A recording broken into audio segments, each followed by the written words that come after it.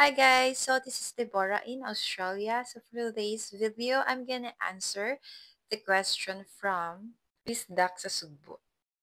Is stressful ang gym business compared to food industry? This is actually a good question. Let me answer this to you. Yeah, for me, gym business or any business, stress is always there. Hindi po maiiwasan yun. The thing is, you have to choose kung ano yung stress na gusto mo. Magkakaiba pero pare-parehong stress lang ang nakukuha sa any businesses.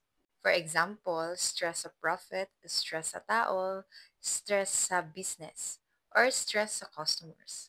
Pare-pareho lang ng stress yon, pero nasa sayo yon at kung paano mo i-consider yung mga gusto mo. Like for example, you like food industry, so kahit anong stress man yan, okay lang sa'yo.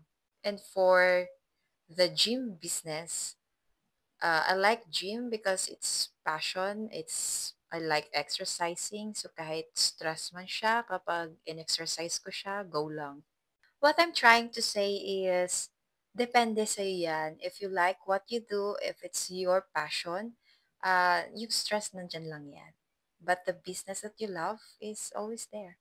If your question is, I'll be choose between gym business and food business. Because for me, I tried food business. I last like 6 months. We also like sell in the Greenfield market. So I have like mini two branches that time. For me kasi food, I have this like urgency na kailangan siyang ibenta agad because if not, mapapanis siya. So instead of profit gain, it will be profit loss on my side. And then syempre, kailangan mo din all the time nasa business ka. Like, kailangan mo nandyan para guide yung staff, yung business operations. Like gym, I like gym kasi for me, it appreciates the value, especially yung bakal.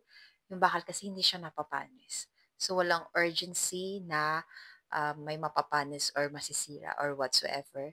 Gym business is like maintenance and salary of your staff. And yan, yun lang yung mga kadalasang expenses mo. And I love to talk kasi with clients and I want, which is nagagawa mo din naman sa food business. Pero gusto ko kasi yung gym. Thing is, for me, lahat naman ay may stress. Mamili ka lang kung anong stress ang gusto mo sa buhay.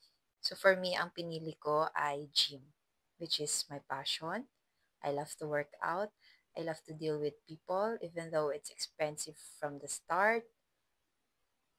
Well, pero since nagmamanage lang ako ng gym operations ng brother ko that time, I just oversee the operations itself.